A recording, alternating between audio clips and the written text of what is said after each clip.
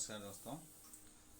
आज का जो हम लोग का टॉपिक है मानवीय संसाधन की विशेषताएं।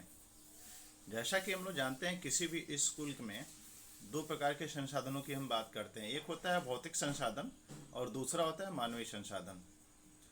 भौतिक संसाधन में वो सभी चीज़ें जो हमारे विलासिता की चीज़ें हैं, यानी किसी भी विद्यालय में जो हमारी विलासिता की चीज़ें हैं वो भौतिक संसाधन, या जैसे हम लोग का बिल्डिंग विद्यालय का है, बेंच विद्यालय का है, बैठने की व्यवस्था, यानी जो भी चीज़ें इस तरह की हैं, पानी पीने की जो जगह है, ये सारे क्या है भौतिक संसाधन में आपके आते हैं।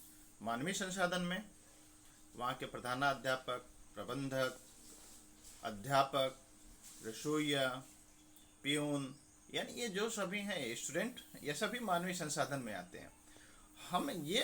हमें ये समझना है कि इन मानवीय संसाधनों में क्या क्या विशेषताएं होती है, किस प्रकार इनके कार्यों का हम लोग वितरण करें, किस तरह से इनके कार्यों का विभाजन करें, जिससे एक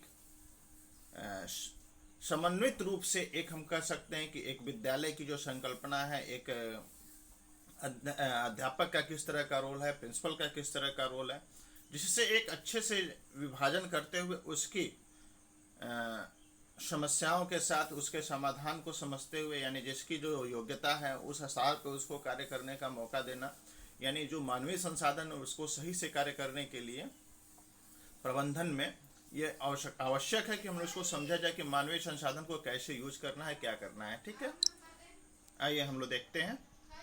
हमने आज भी SCERT का PDF लिया हुआ है, वहीं से हम लोग देखेंगे कि क्या है इसमें, और इसके एक एक बिंदु पे हम लोग डिस्कस करते हुए चलेंगे। ठीक है, देखें हम लोग मानवीय संसाधन के प्रबंध की विशेषताएं, यानी मानवीय संसाधनों का प्रबंध विद्यालयों एवं शैक्षिक संस्थाओं में क्यों आवश्यक होना चाहिए, इसकी कुछ प्रमुख विशेषताएं कुछ इस प्रकार हैं। क्या क्या है हम लोग देखें। मानवीय संसाधन के प्रबंध से कार्य की योग्यता अनुसार विभाजन संभव हो पाता है। यानी जो मानवीय संसाधन है, यानी जैसे हम लोग जानते हैं सबका एक जैसा कार्य क्षमता नहीं होता है, यानी इंडिविजुअल डिफरेंस बिल्कुल मिलना है, यानी व्यक्तिगत विभिन्नता। यानी उस प्रकार से यदि हम कार्यों का विभाजन नहीं करें तो बहुत अच्छा रिजल्ट नहीं आएगा। जैसे हम लोग कहें यदि कोई प्यून है और उसका बागवानी में बहुत ज़्यादा मन लगता है और उसको हम लोग सबको पानी पीने के लिए लगा दिया जाए या सफाई के लिए लगा दिया जाए और उसमें वो बहुत अच्छा नहीं कर पा रहा है, और कोई है जो उसमें बहुत सफाई में अच्छे से हो पा रहा है, पानी पिलाने में बहुत अच्छे से कार्य कर पा रहा है, तो यानी जो जैसा कार्य कर सकता है उसके अनुसार हम लोग उसका विभाजन करें। और यहाँ पे योग्यता अनुसार, यानी जो टीचर हैं सब में एक अलग अलग स्किल है, सब में एक अलग अलग कौशल है, सब में अलग अलग योग्यता है। उस योग्यता के अनुसार हो सकता है आप मैथ अच्छा पढ़ा सकते हो सकता है कोई टीचर हिंदी अच्छा पढ़ाता हो, यानी उसके अनुसार यदि हम उनका प्रबंधन करें तो वो मानवीय संसाधन का एक अच्छे से उपयोग हम लोग किया जा सकता है और उसका एक अच्छा रिजल्ट विद्यालय को देखने में मिलता है।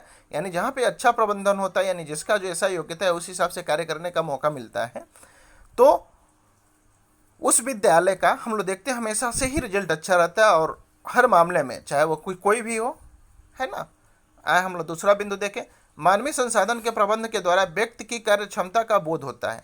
बिल्कुल, यदि हम किसी को कार्य की जो जिम्मेदारी देते हैं उस कार्य को जो वो करता है जिससे व्यक्ति किस प्रकार से कार्य कर पा रहा है उसी आधार पे तो मूल्यांकन करेंगे। जैसे आपको हमने जिम्मेदारी दे दी कि आपका जिम्मेदारी स्पोर्ट कराना है, और स्पोर्ट आप बहुत अच्छा करा ले रहे हो या नहीं करा पा रहे हो, उसके कार्य क्षमता का बोध कब हो पाएगा, जब आपको वो जिम्मेदारी मिलेगी। अगर जिम्मेदारी जो आप कह रहे हो मेरा इंटरेस्ट है इस कार्य में और वो आपको जिम्मेदारी नहीं दी जा रही, तो रिजल्ट हम कैसे आपका मूल्यांकन कर पाएंगे। तो यानी इससे ये भी हम लोग इसकी विशेषताएं देख सकते हैं।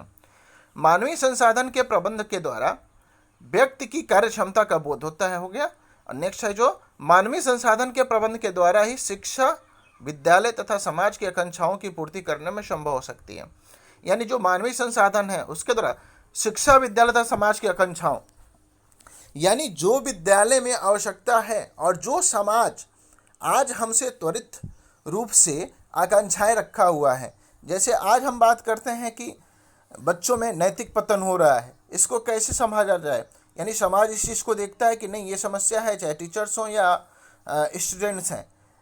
हम लोग कहते हैं कि मूल्यों के प्रति बच्चों को जागृत किया जाए, राष्ट्रीयता के प्रति बच्चों को जागरूक किया जाए। कैसे? यानी जो हमारी समाज तो अपेक्षाएं रख रहा है, यानी जब हम उसको सही से कार्य वितरण करें सभी टीचर्स को, तो ये चीज़ें देखने में हमको रिजल्ट आएगा।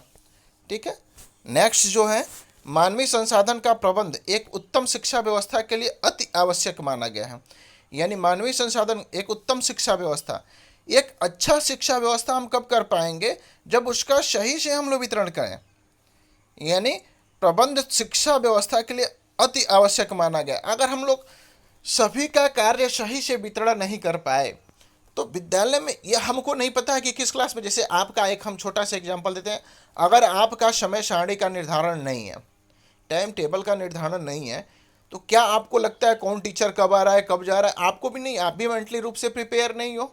वैसे ही टीचर्स को है, फला टीचर गए होंगे, फला टीचर गए होंगे, फला टीचर गए होंगे, और पता लगा कि फला के चक्कर में पूरा क्लास ही खाली रह गया।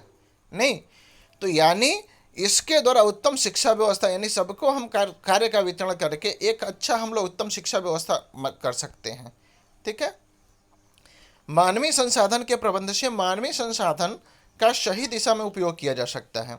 यानी मानवीय संसाधन के प्रबंध से मानवीय संसाधन का सही दिशा में उपयोग किया जा सकता है। यानी जो मानवीय प्रबंध है, यानी जो भी जिसका कार्य है जिस हिसाब से, यानी जो भी विद्यालय में लोग हैं उनका हम लोग सही से प्रबंध करके और सही दिशा में, यानी अच्छे दिशा में उसका हम लोग उपयोग कर सकते हैं।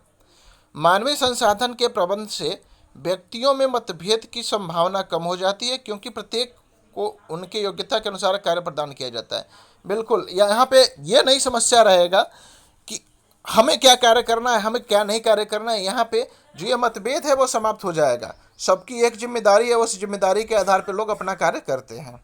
ठीक है। नेक्स्ट जो है, मानवीय संसाधन के प्रबंधन में विद्यालय के में सुधार होता है, क्योंकि प्रत्येक व्यक्ति अपने निर्धारित कार्य में निष्ठा के साथ संलग्न रहता है। यानी मानवीय संसाधन के प्रत्येक प्रबंध से विद्यालय में सुधार होता है। कैसे? यानी जो विद्यालय की आवश्यकता है उसके आधार पे हमने कार्य का वितरण कर दिया है। ठीक है। और वितरण करने के बाद उसका एक अच्छा रिजल्ट आएगा। यानी प्रत्येक व्यक्ति अपनी निर्धारित कार्य में निष्ठा के साथ संलग्न रहता है, क्योंकि उसको उसके योग्यता और कार्य क्षमता के अनुसार उसको वह जिम्मेदारी दी गई है। ठीक है। तो इस प्रकार से ये आपका टॉपिक मानवीय संसाधन के प्रबंध की विशेषताएं, विश्वास करते हैं आपको समझ में आ गया होगा। नहीं आए तो आप कमेंट बॉक्स में दीजिएगा, फिर से उस पर हम लोग बात कर लेंगे। ठीक है। Okay, thank you.